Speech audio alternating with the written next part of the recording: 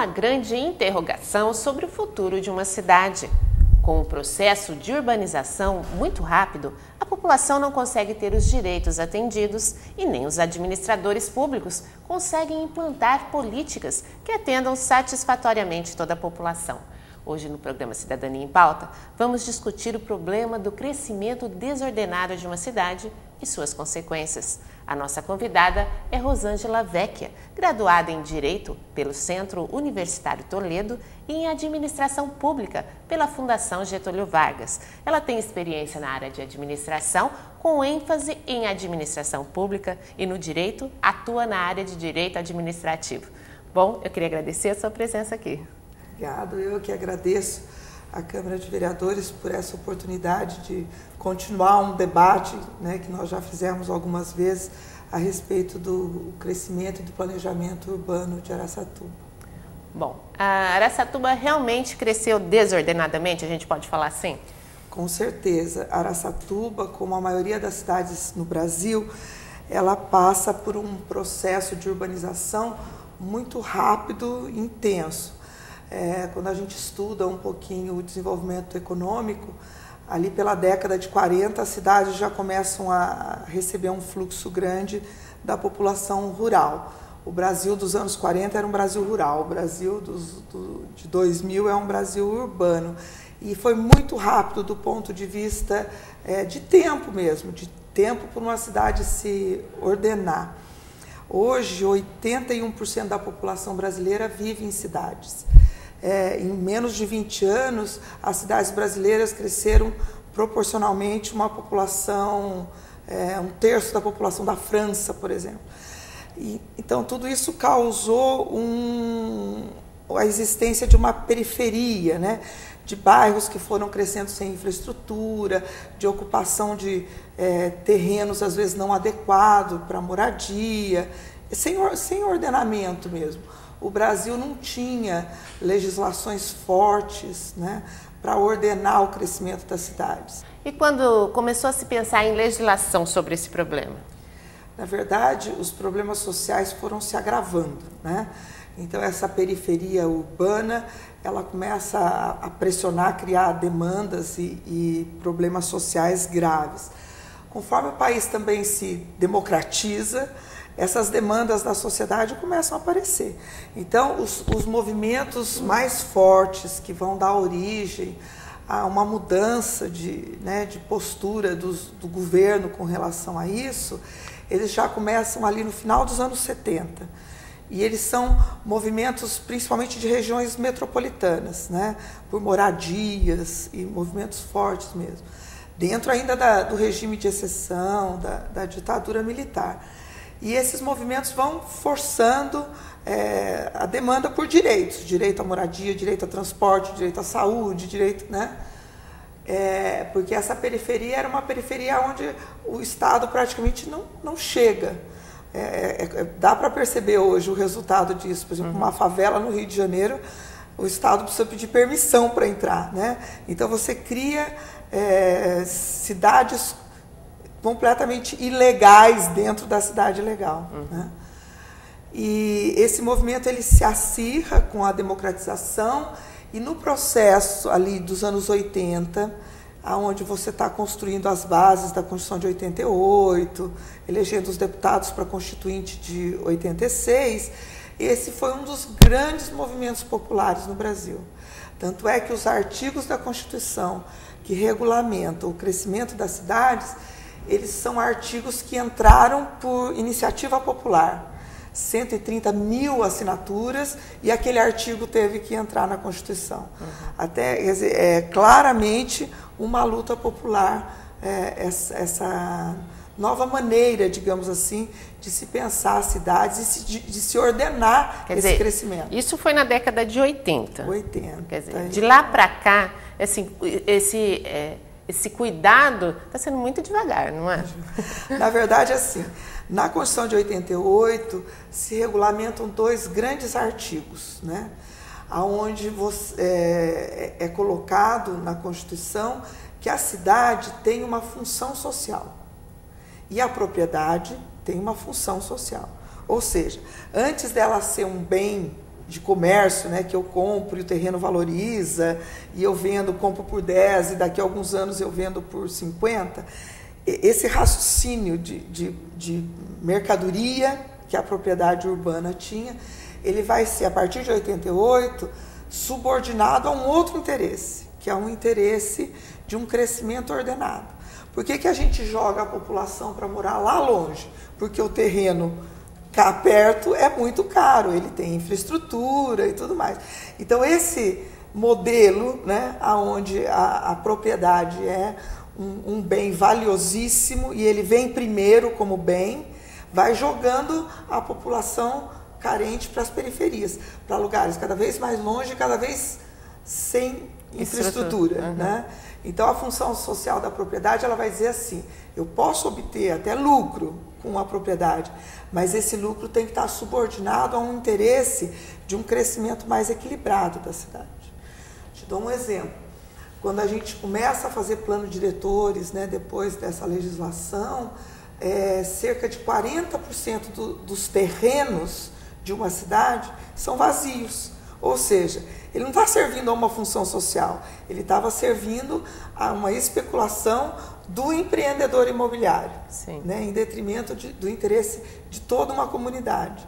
Então, quando a Constituição coloca que a cidade e a propriedade têm uma função social, ela está dizendo, olha, primeiro vem a necessidade de um crescimento ordenado e a população não pode ser jogada para a periferia. Ela tem que vir morar onde já existe uma infraestrutura, que o poder público fez, né? Ele colocou asfalto, ele colocou água, esgoto, ele colocou transporte e tal. Ou o empreendedor vai fazer essa infraestrutura. Então, você vai chegar nos anos 80, já começa a mudar a legislação. Você já não pode mais fazer loteamentos sem nenhuma infraestrutura, né? E também não pode mais fazer loteamentos fora de uma área de crescimento planejado. Mas são mudanças lentas, por exemplo. A Constituição de 88, ela coloca 2 artigos e diz assim, lei posterior irá regulamentar. Sempre isso. Essa lei, ela só sai em 2001. Então, muitos anos depois. Muitos anos depois. Que é o Estatuto da Cidade. E ainda assim, sabiamente, ela dá 5 anos para que os municípios se adaptem à nova lei. Então, na verdade, essa regulamentação mais forte, ela vai acabar acontecendo de fato em 2005. Sim. E ainda assim, essa legislação, ela dá um tempo para que a cidade arrume o passado, né? Sim. Então, ela cria, por exemplo, ela estabelece um plano diretor, organiza a cidade, agora de uma maneira mais rigorosa. Daqui para frente, a cidade não cresce mais desordenado, mas aquilo que ela já cresceu desordenado, a gente tem que arrumar. E aí tem um tempo para arrumar isso. Porque são demandas. Quer dizer, na verdade, tudo isso é muito novo. São 4 anos, né? 4 anos. Que ainda com esse prazo de resolver as coisas. Depois. Porque quando você falava de 80, a gente viu alguns bairros da cidade aqui de Araçatuba nascerem, né? Sem a infraestrutura, sem asfalto. Né? E eu falei, nossa, mas como que aconteceu isso? Então, na verdade, nós estamos ainda nos adaptando a isso. Nos adaptando. São legislações muitas vezes, que criam uma reação, né? Uma reação como? Né? Que agora eu tenho que fazer tudo isso para fazer um loteamento, isso vai impedir o crescimento da cidade. Na verdade, isso vai propiciar um crescimento mais ordenado. Porque quando a cidade cresce assim desordenada, o que aconteceu com um bairro como esse, que foi feito sem asfalto? Todos nós, povo de Araçatuba, vamos ter que pagar por aquela infraestrutura. Né? E de alguma forma, alguém que loteou e não pagou por essa infraestrutura, ganhou com a valorização. Né? Então, essa é a ideia de que a propriedade urbana ela não pode servir a esse interesse. Quer dizer, ela é coletiva. Ela é coletiva antes de ser privada. Né? Eu tenho o meu interesse privado da minha propriedade, mas ele está subordinado ao interesse da vida na cidade. Né? Bom, quais são os instrumentos radical, né? Que regulamentam essa mudança? Então, quando você faz um plano diretor, ele vai dar as grandes diretrizes. Né? Então, por exemplo, a cidade não cresce mais a seu bel prazer, né? A população, por meio da elaboração de um plano diretor, participando de audiências e do projeto na Câmara. Isso daí, o plano diretor é uma responsabilidade da prefeitura fazer, mas tem a participação popular. Tem, na verdade é uma condição da legislação. Então, por exemplo, Araçatuba passou 5 anos discutindo, eu mesmo participei de pelo menos uns 3 seminários onde se tentava compreender a lei, né? As bases da nova política urbana brasileira. E aí, já em 2005, houve um processo grande de discussão e um projeto de lei, então, que passa pela Câmara, que chama Plano Diretor. O Plano Diretor, ele diz, a cidade não pode crescer para um determinado lado. Por quê? Lá eu tenho um manancial, é onde eu capto a água. A cidade não pode crescer para outro determinado lado, porque ali eu jogo os esgotos, tem o aterro sanitário e tal. Então, eu vou limitar. A cidade pode crescer nessa direção. A cidade não pode passar a Marechal Rondon, porque ela cria um transtorno, né? Veja os bairros onde a Marechal Rondon passa e o bairro fica, né? As dificuldades que a gente tem, os acidentes, até que você faça, segurança, né? Parece que fica longe, distante, fora da cidade, né? Excluído, exatamente, essa palavra. Isso. Então, esse plano diretor vai evitar esse tipo de coisa, né? Mas é isso que eu disse, enquanto a gente não tinha essa legislação e a população vai chegando, ainda Araçatuba é cidade polo de região, ela atrai, né? Então, a população vem para onde você tem emprego, crescimento e tal. Birigui quase que, né, conurbado, a gente chama, né? Elas têm um sentido de formar um grande aglomerado urbano aqui, muito próximo, né? Que os fluxos de uma interferem no da outra. Então, tudo isso criou uma dinâmica que deixou saldo passivos, digamos assim, para serem corrigidos. Há muito que resolver ainda. Eu queria que você me respondesse, a gente vai dar uma paradinha, a gente volta já, no próximo bloco.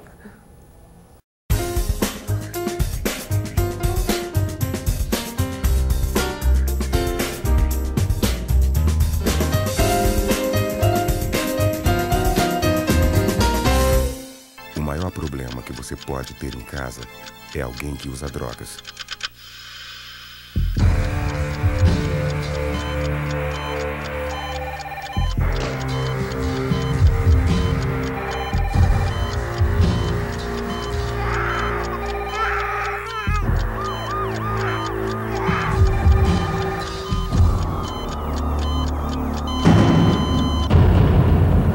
Encare esse problema de frente.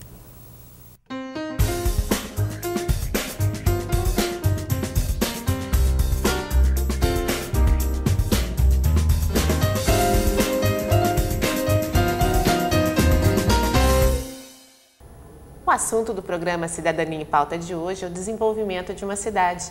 E a nossa convidada é Rosângela Vecchia, graduada em Direito pelo Centro Universitário Toledo de Araçatuba e em Administração Pública pela Fundação Getúlio Vargas.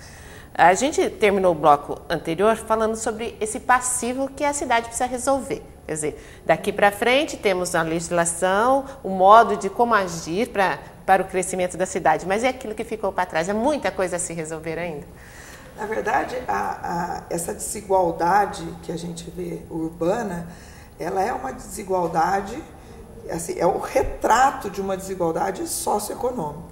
Então, o modelo, na verdade, de desenvolvimento econômico que o Brasil, ao longo da sua história, projetou, é ele que cria as desigualdades, né? Então, qual que é a característica de um país de capitalismo tardio? Tem vários apelidos para isso, né?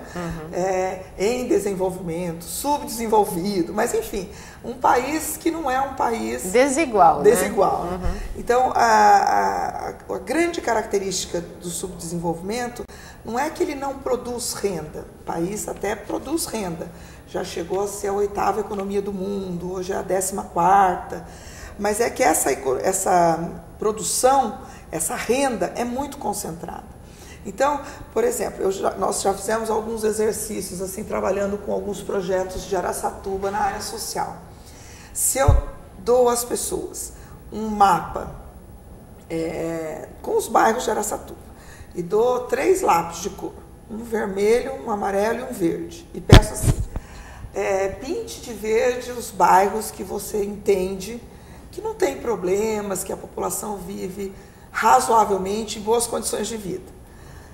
Pinte de amarelo os bairros que razoáveis, né? Que tem uma certa infraestrutura, mas ainda tem problemas. E de vermelho os bairros com muita vulnerabilidade e tal. Dou para centenas de pessoas o papel e o lápis. Quando volta esse dado, elas fizeram um mapa da vulnerabilidade, né? Porque quem vive na cidade percebe essas diferenças. Uhum. E aí você vai olhar os indicadores.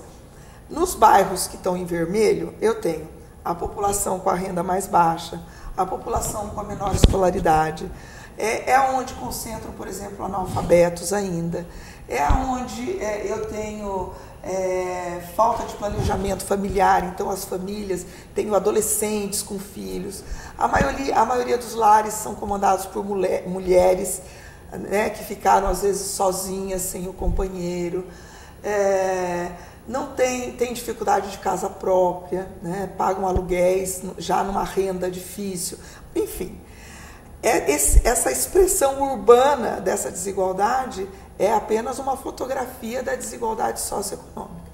Então, como é que a gente resolve isso, né? Quer dizer, como que uma lei pode resolver isso? Uma lei pode resolver isso. Então, o planejamento urbano disciplina, mas existe um conjunto de outras políticas públicas que precisam vir contornando esse problema. Então, um país subdesenvolvido, e aí a nossa Constituição ela também fez esse desenho, né? Seria um país capitalista, que o nosso país, modo de produção capitalista, economia de mercado, tem que produzir renda. Então, a cidade precisa crescer no seu desenvolvimento econômico. Araçatuba tem, quando eu olho os dados de Araçatuba, onde é que moram os nossos problemas? São salários baixos, né? É um tipo de emprego não qualificado, tal. Então, eu preciso crescer em termos de produção, de emprego e empregos mais qualificados, de renda melhorar a escolaridade da população. E tudo isso, na verdade, são políticas que podem ajudar. A economia não é muito o governo local que comanda os grandes elementos da política econômica, mas está na mão do poder local hoje um conjunto de políticas que são as políticas sociais, e elas vêm fazendo um contraponto. Então, por exemplo, quando eu ofereço transporte gratuito ou de boa qualidade, baixo custo, o sujeito tem um salário baixo, mas ele tem um serviço público gratuito à sua disposição. Quando eu ofereço uma escola de boa qualidade, ele tem um salário, né, não tão alto, mas ele tem uma escola gratuita, saúde, programas habitacionais subsidiados. Então, é o Estado que vem se contrapondo a essa desigualdade por meio de inúmeras políticas. Boa parte delas, hoje, de competência do município. Bom, e para o administrador tomar há alguma coisa que o leve a fazer isso? Hoje, com certeza. Depois da Constituição de 88, eu também garanti muitos direitos, né? Garantir direito à saúde, garantir direito à educação, assistência social e tal. E aí eu tenho legislações que vieram depois da Constituição de 88 regulamentando. Tanto é que se você olha uma prefeitura antes de 88, ela tinha pouquíssimas competências. Ela cuidava da limpeza pública, de praças, né, do saneamento básico. Alguns municípios ainda é o Estado que faz o saneamento. Uhum. Mas ela não tinha nada a ver com educação, saúde, com creche, com postinho de saúde. Isso não era competência do município. Passa a ser a partir de 88, 89. Então essas políticas elas vêm descendo, digamos assim, e os municípios vêm se estruturando. Antes de 2008, em torno de 1% da população de uma cidade trabalhava para o governo local. Hoje, a gente fala em 3%, 2,5% a 3% da população é servidor público municipal. Uhum. Ou seja, trabalha nessa grande rede, né, de serviços sociais. Agora, Isso é um fato, isso tem sido bom para a cidade? Com certeza, né? Os indicadores sociais do Brasil foram melhorando em função desse novo ator público do município que entrou. Por quê? O governo estando próximo é melhor? Com certeza. A gente sabe até onde o prefeito mora, né? Então, quando as coisas vão mal, a pressão da população é muito mais próxima. E a cada eleição, né, no contrato em que o governante está fazendo com a população, ele é obrigado a responder ou pelo menos se posicionar com relação aos problemas da cidade. A questão toda é que essa reforma, né, que trouxe novas competências para o município, o dinheiro não foi compatível. Quer dizer, te dou a responsabilidade, mas não mando... o dinheiro não foi compatível. Então, quando eu olho as finanças do Brasil, como que distribui o dinheiro, né, eu ainda tenho uma grande concentração de recursos na mão do governo federal, na mão dos governos centrais. E o município, para realizar essas políticas, principalmente investimentos, ele precisa ir lá... Com a sacolinha. Com a sacolinha pedir, né? Fazer projetos e tal. Então não é automático como deveria ser, já que a competência dele, ele ter percentuais, digamos, desse bolo, né, dos tributos nacionais, para poder organizar as suas políticas. Eu acho que esse é o grande desafio. A reforma meio do Estado, quer dizer, ficou meio pelo meio, né? A tendência é que o município cada vez mais tenha mais poder. Isso é uma diretriz já, né? Eu dou um exemplo. A segurança pública é competência da União e do Estado, né? As polícias militares, polícia civil e tal. Hoje no Brasil se discute um sistema único de política de segurança. Ao município caberá todas as competências de prevenção, por exemplo, né? Toda aquela etapa assim de prevenir a violência e os problemas, né, urbanos mais graves de violência. Então, mesmo a saúde e educação já desceu boa parte das ações, o sistema é complexo. Então, por exemplo, saúde, os serviços de alta complexidade são do Estado e da União, né? Mas toda a assistência básica da população já é o município que faz. Com esse poder eles vão soltando devagarzinho. Precisava vir o recurso, né? O recurso é que vem com mais lento. Você participou do plano diretor, né? E ele foi feito a contento? É legal esse plano diretor de Araçatuba? Eu conheço, assim, participei de vários debates que antecederam a elaboração do plano. O que a gente percebe, especificamente o de Araçatuba, eu conheço parte como ele ficou depois da votação na Câmara. Mas mesmo ele depois de aprovado, ainda assim vai ter alguns artigos que vão dizer assim, que eu preciso de várias legislações complementares regulamentando. Ele dá o chute inicial da política urbana, mas a política urbana é feita de vários outros elementos. Quais? Por exemplo, lei de uso e ocupação do solo.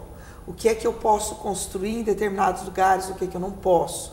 Quais são os corredores de comércio? Onde é que eu posso colocar serviços que incomodam, assim, serviços que fazem barulho, boates, serralheria. Então, né, como é que eu ocupo esse espaço urbano? De que tamanho que tem que ser os terrenos?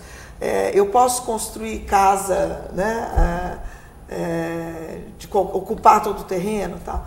Uma outra legislação que é o Código de Posturas. Eu posso colocar mesa na calçada, como é que tem que ser as calçadas, enfim. São conjunto de o Código de Construções Urbanas, né? De ventilação de casa, de altura de casa, tudo isso vai interferindo nessa produção da cidade, urbana da cidade. E essas legislações todas elas estão ligadas ao plano. E elas têm que vir sendo corrigidas. E depois que foi criado esse plano, isso já foi feito?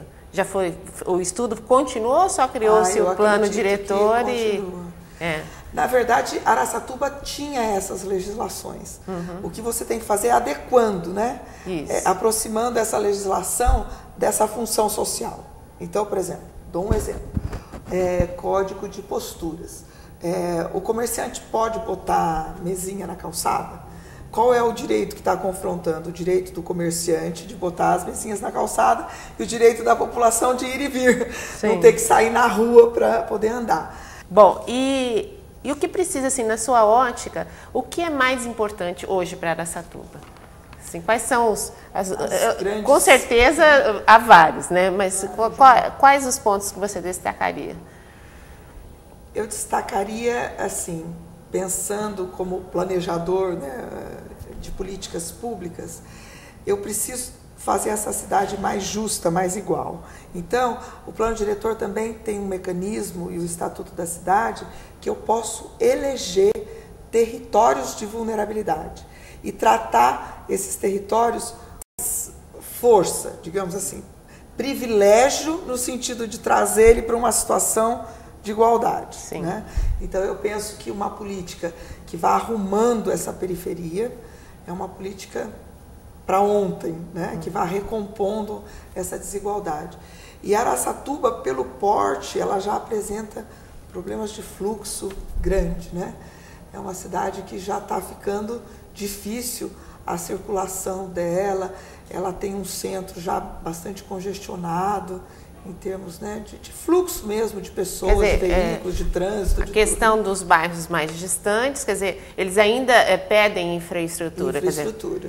Né? E aqui no centro seria a parte de trânsito mais importante. Eu acredito que sim. Né, até porque a cidade ela já não está comportando muito. Eu digo, essa proximidade com o Birigui, quando eu penso, eu já tenho que pensar um fluxo de 300 mil habitantes ou coisa maior, né? Por aí. Essa realidade da população rural ter vindo para a cidade, isso daí acho que nunca mais voltará a ser, né? É uma tendência que veio para ficar. Na verdade, a população rural ela vem buscando aquilo que eu não tinha no campo, né? Você não deu infraestrutura no campo. Então, se a gente voltar a dar infraestrutura no campo, então, por exemplo, eu ter no campo telefonia, energia elétrica, estradas rurais que dão acesso, eu até poderia fixar a população. Mas, né, nós acabamos deixando, se nós deixamos a cidade sem infraestrutura, que dirá o campo, né? Bom, nosso tempo infelizmente acabou.